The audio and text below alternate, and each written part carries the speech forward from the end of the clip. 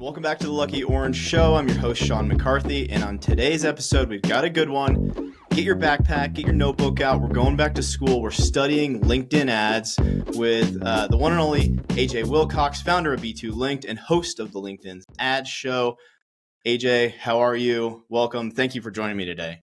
Oh, Sean, thank you so much for inviting me on the show. This is a huge honor.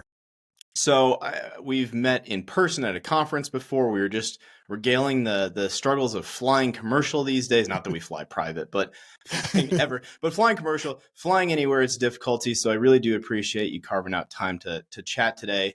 In kind of following along with what you talk about, one of the struggles that I've heard you talk about with LinkedIn ads for people is that there's just a lot of wasted ad spend that's happening within the network. And I'm curious from your perspective as somebody at B2Linked who's managed over $150 million of spend on this platform, where are people getting it wrong? Why don't we start there? Where are people getting it wrong and wasting ad budget on LinkedIn?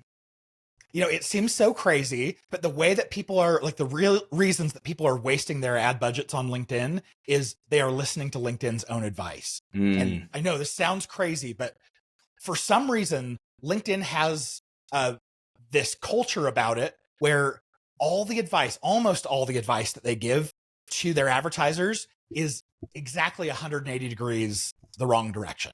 Weird. And I'll give you some examples. When you go start a campaign, there are some defaults that are set. So very first off, the geography that you set is set to a recent or permanent, and recent can go as far back as 6 months. So if you're targeting the US, anywhere in the US, someone could have visited the US on a vacation or something with their family, and for 6 months, you're advertising to someone in India about your product or service. So that's number one that doesn't tend to play well. Number two, every campaign starts with this option checked called Enable Audience Expansion. And what that does is it lets LinkedIn throw other audiences that you didn't select into your audience to be targeted. And I don't know how much everyone knows, but LinkedIn ads is already it's a network that we pay a premium to advertise on. So It rarely makes sense to let LinkedIn kind of muddy that audience. Is that similar then to Facebook ads, with the Facebook ads, whatever it's called, the ad network, where it kind of expands out beyond what you think you're advertising on onto other websites, or is it along those lines? There is another option that's just like that. LinkedIn has another one that half the time it's auto included, and it's called LinkedIn Audience Network. Oh, that's right. Okay. In theory, it sounds great. The costs are a lot lower. You get to use LinkedIn's targeting to be in front of exactly the right people, even when they're not on LinkedIn. Sounds great, but all of the results that we've had from it looks like really low quality traffic. We can't quite figure it out. So we say, okay, at least for newer advertisers, try not to use it.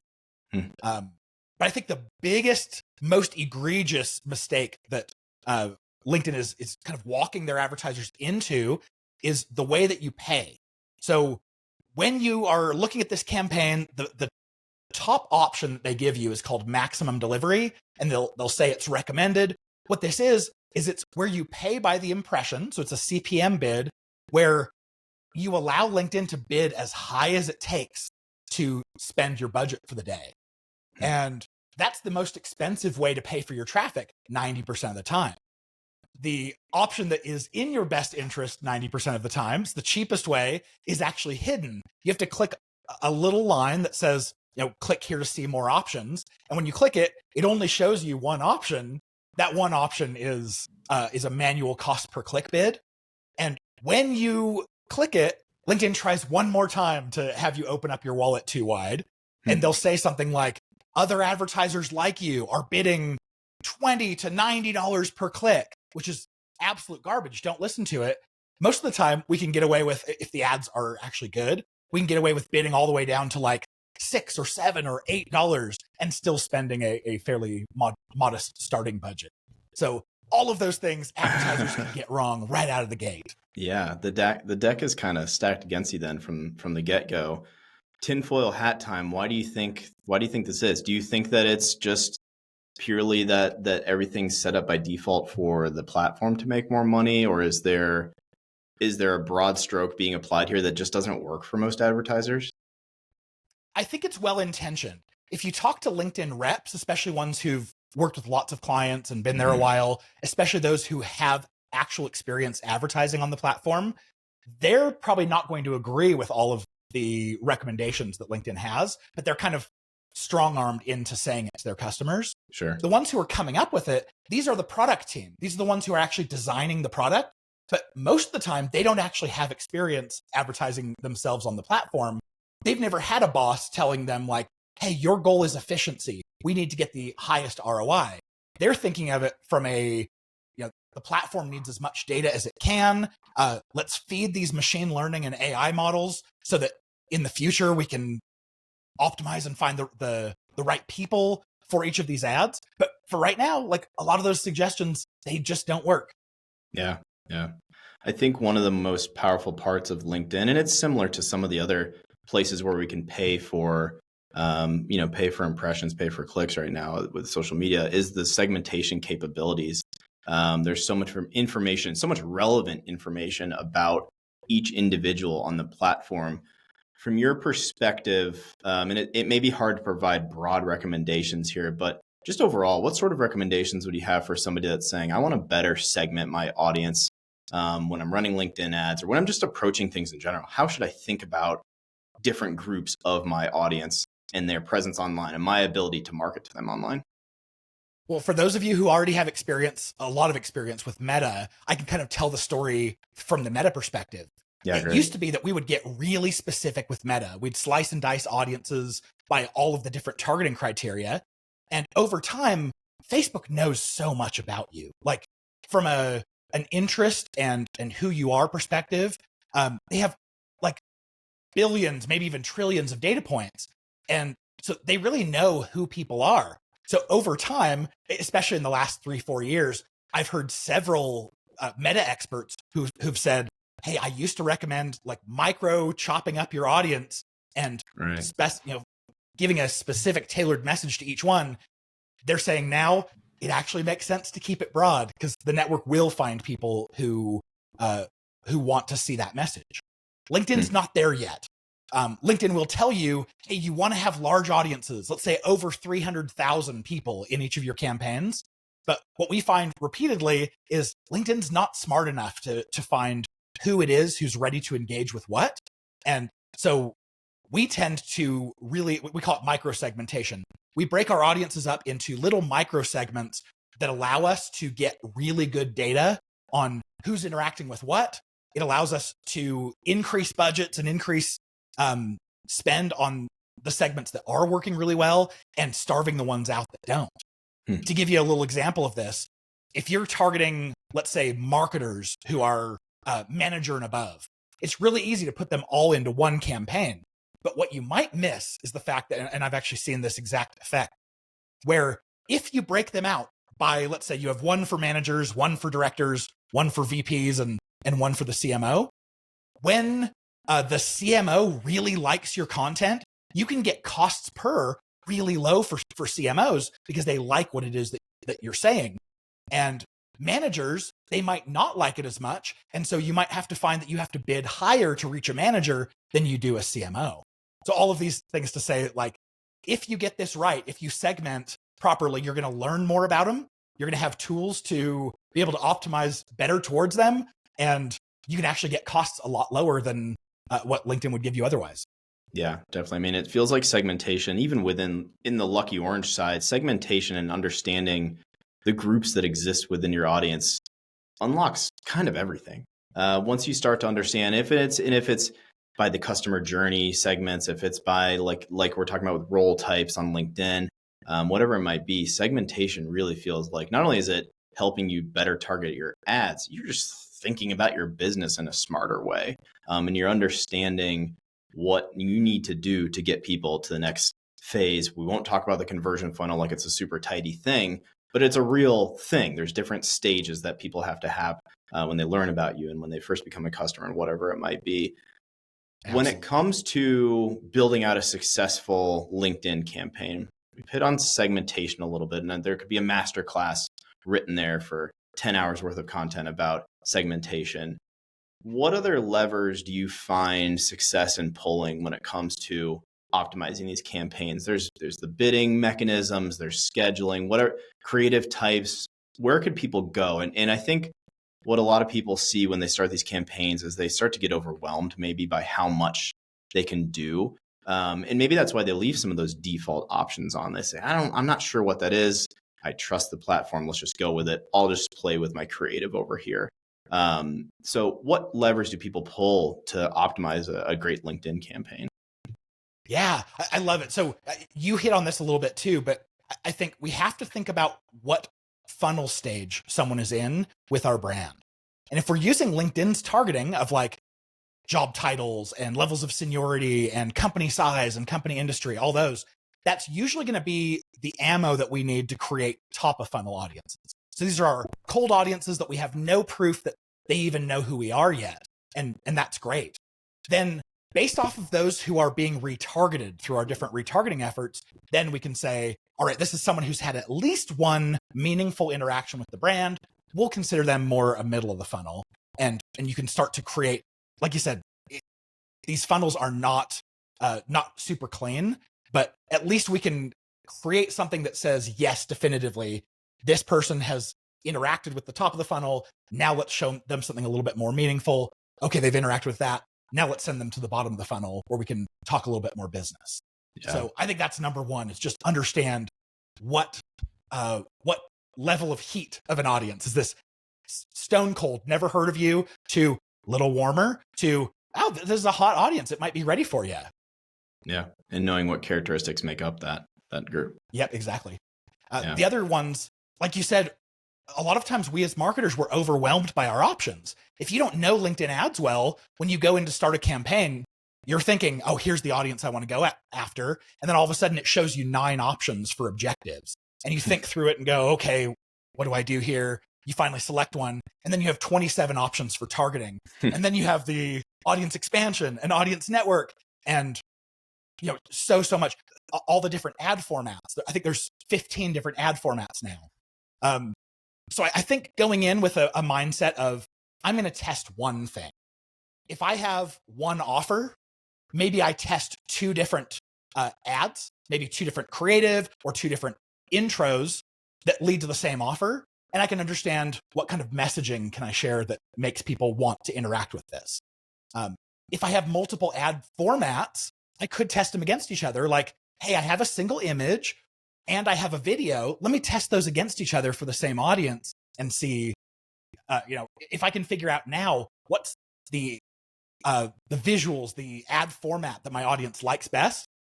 And I learn that now, great. I can dedicate all of my budget to the one that works for the future.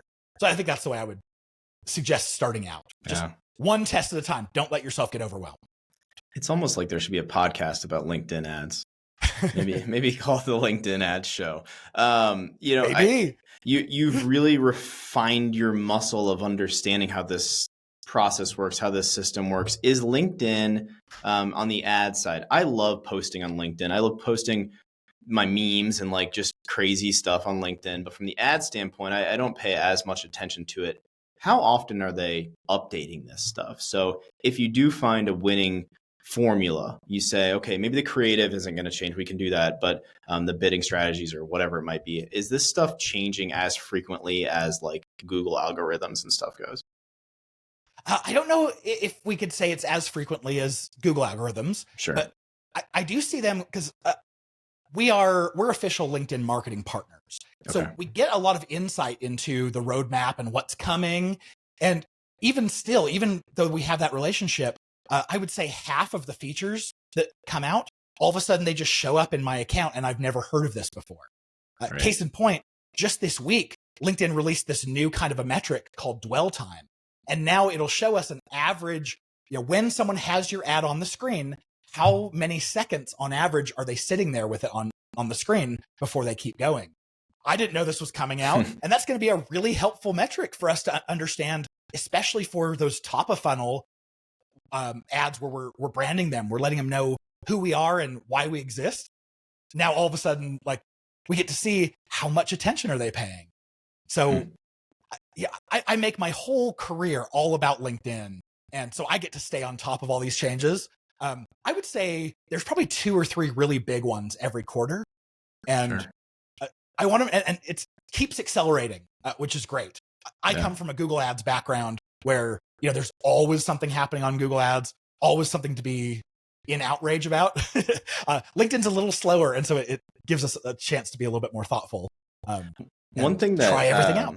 Yeah, for sure. As it comes out, you just react and experiment with it. And one thing that has held mostly true in my experience is that LinkedIn per click, let's say, tends to be maybe a little more expensive than other places and other channels. We've obviously already hit on segmentation potential and all of these options you have. So there may be justification there that there's really, really good data about real people. But when pushed by a potential client, let's say, on, hey, we've never really played with LinkedIn because it's expensive.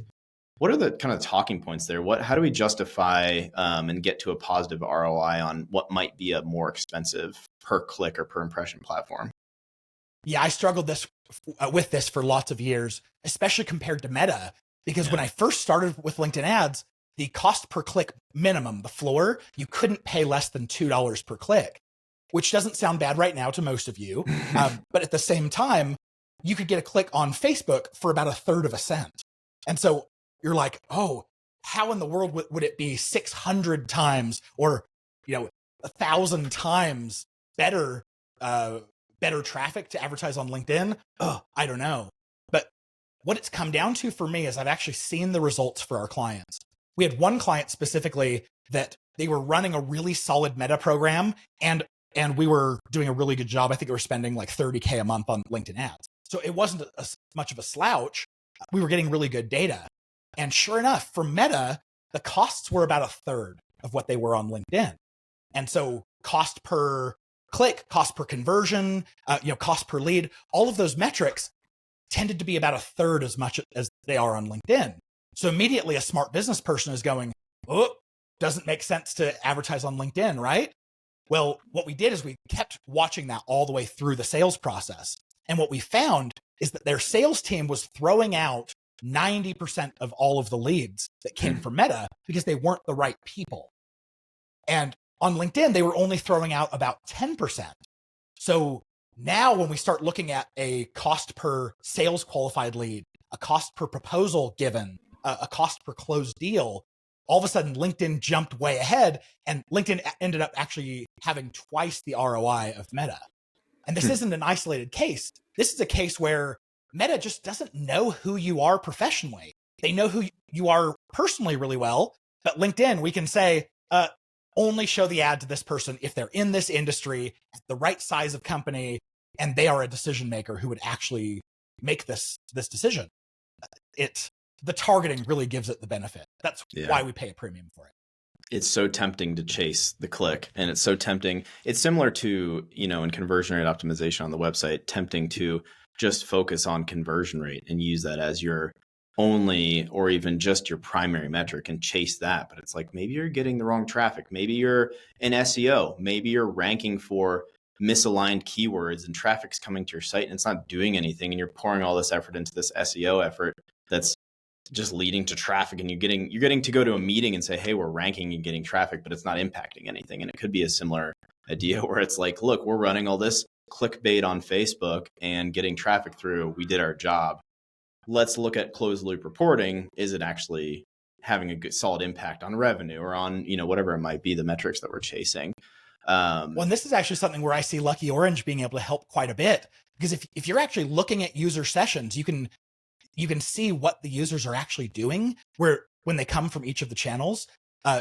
You can see signals of like, oh, it sure looks like a lot of this traffic is robots, or it sure looks like a lot of this traffic is bouncing immediately compared to this other traffic over here that's sticking around and doing what we actually want them to do. So like you said, it's super important. Like, look past the initial cost per click and even a conversion cost to see what's the actual quality of the leads and quality of the traffic being generated. I think that's going to help us a lot more. Yeah, definitely. One of the areas where there can be an endless kind of pipeline of testing and of changing around and playing with can be on the actual creative side of things. I know that it kind of comes in waves on the organic reach side. Sometimes carousels will be working better. Sometimes videos will feel like they're having more reach, and organic reach is maybe a wholly different ball game here. But at least on the paid side, what seems to be the makeup of a great LinkedIn ad? It's really hard to say, but to your point, I have learned so much about ads from just participating in the LinkedIn platform organically. Sure. For instance, document ads came out, it's probably been over 2 years ago. And I first tried them out with we had clients who were having a gated PDF, like a 9-page guide or something. And we were running traffic to their landing page. We're like, oh, well, let's take the same document and move it over here to a document ad where people can start to just, maybe they engage with the first 3 pages before they get a notification that's like, hey, if you want to see more, you have to fill out the form. And what I found is it just failed. Like our costs per, our conversion rates, they were all worse using the new document ad format. So I wrote them off. I was like, okay, document ads don't work. Then I've been noticing in the last year, people who put really good document posts together organically on the platform, they all have something in common. And that's they make every slide that you want to scroll through more engaging. And so rather than taking this 9-page guide and just hoping that someone is going to want to read it when it's this big on their mobile screen, it's a big wall of text. They don't want to read it. But if you take out one big point from each of those pages or all the main topics, you make them one big stat on a page, and people love to engage with those. And we found that all of a sudden, document ads are one of the highest performing. They're crazy. Wow. The other thing is that, oh yeah, go ahead if you had something on that. No, go ahead. The other one is thought leader ads. So what thought leader ads are on LinkedIn, this just came out about a year ago, and we can now put spend behind individuals' posts. And what we've noticed is that if you have a post coming from a company, they usually get about 0.5% click-through rate, which is minuscule. I mean, terrible. 200 impressions to have 1 click. But you put exactly the same thing in an individual's post and you boost it, all of a sudden you have a 2% plus click-through rate. And so we're seeing, wow, now this is one of the major tools we have is we don't have to show, here's a company you've never heard of and hope you want to engage with this. Now we're showing an actual person that is much easier to know, like, and trust. And that's been a really good, it's been a huge boon to all of our ad campaigns where we're trying to get people to engage at the top of the funnel so we can start to retarget them and move them down. Thought leader ads are like the perfect way of building the top of funnel to get people to feed down to the middle of the funnel and have a sizable audience there. That's really interesting. I know that obviously on LinkedIn, the founder brand and even not the founder, below the founder within a company, the effort of a group to be organically posting on LinkedIn can be a real benefit to brands trying to get out there, get in the conversation, get in front of relevant people. Do you generally find that when you're working with clients, part of a successful paid LinkedIn ads strategy is also an organic strategy? Or can the ads strategy run without the organic posting? Is it kind of a requirement there to have some sort of organic effort running as well, even if you're not running the thought leader ads? Oh, Sean, that's a super smart question. The reason why is if you would have asked me a year ago, I would have said, oh yeah, it's almost like your organic and your paid are totally divorced from one another. As long as your page has a good enough number of followers that people feel safe clicking and engaging, it doesn't feel like a fly-by-night, then usually it doesn't matter whether you have a strong brand or not, whether you're very active or not, whether your posts are good or not, your ads are going to perform the way that they perform. But since seeing thought leader ads really take off, now I've really changed my tune. Having that founder or a thought leader internally who is posting regularly, they do get engagement, they do have a profile that's up to date and looks like they're a big part of the industry. Being able to promote those is huge. So I do think that there's a little bit more interplay now than there used to be. Sure. But it's not about being active as a company. It's about having your employees be active. Yeah, I mean, from a brand standpoint, and we could talk all day about what the heck brand even means, but from a brand awareness standpoint, it definitely feels like having your people out there is undoubtedly a good thing. And when it comes time to say, let's pull the lever of LinkedIn ads, like you're saying, it could benefit you, especially if the direction continues towards thought leader ads being a beneficial thing. That sounds like something that you're excited about, but I'm also curious if there's anything else out there in this world as we head through the back half of 2024 that has you particularly excited as you think about this. Like I mentioned, this new dwell time metric that we just got, I'm really excited to understand like what is a good dwell time for each kind of ad. So that's one I really want to focus on, but I don't have great data around it yet. I do think like the rest of the year and probably well into 2025, I'm going to be suggesting thought leader ads and document ads to most of our clients. One we haven't mentioned though that is really excellent is video ads. If you would have asked me 2 years ago, I would have said, oh, don't bother with video ads on LinkedIn. It's not a platform that people come and spend a lot of time on. They're not here to engage in video. So it doesn't perform well that you just keep scrolling. But what I've noticed is the kind of video really makes a big difference. So rather than having a standard, very expensively made brand video that fades from black to your logo over several seconds, that kind of video does not work. But a video like you and I talking to each other, where it's a person and they're sharing, here's what I know that's valuable. Here's something that's going to help you out. I kind of call it intimate video. That works really well, both from a company post kind of perspective and on these thought leader ads.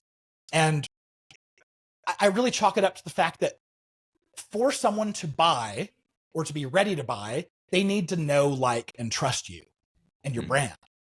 It's so much easier to know, like, and trust someone through video because in 30 seconds, you can tell whether or not you trust someone and do you appreciate what they're sharing with you? Great. How many white papers do you have to read before you know, like, and trust a brand?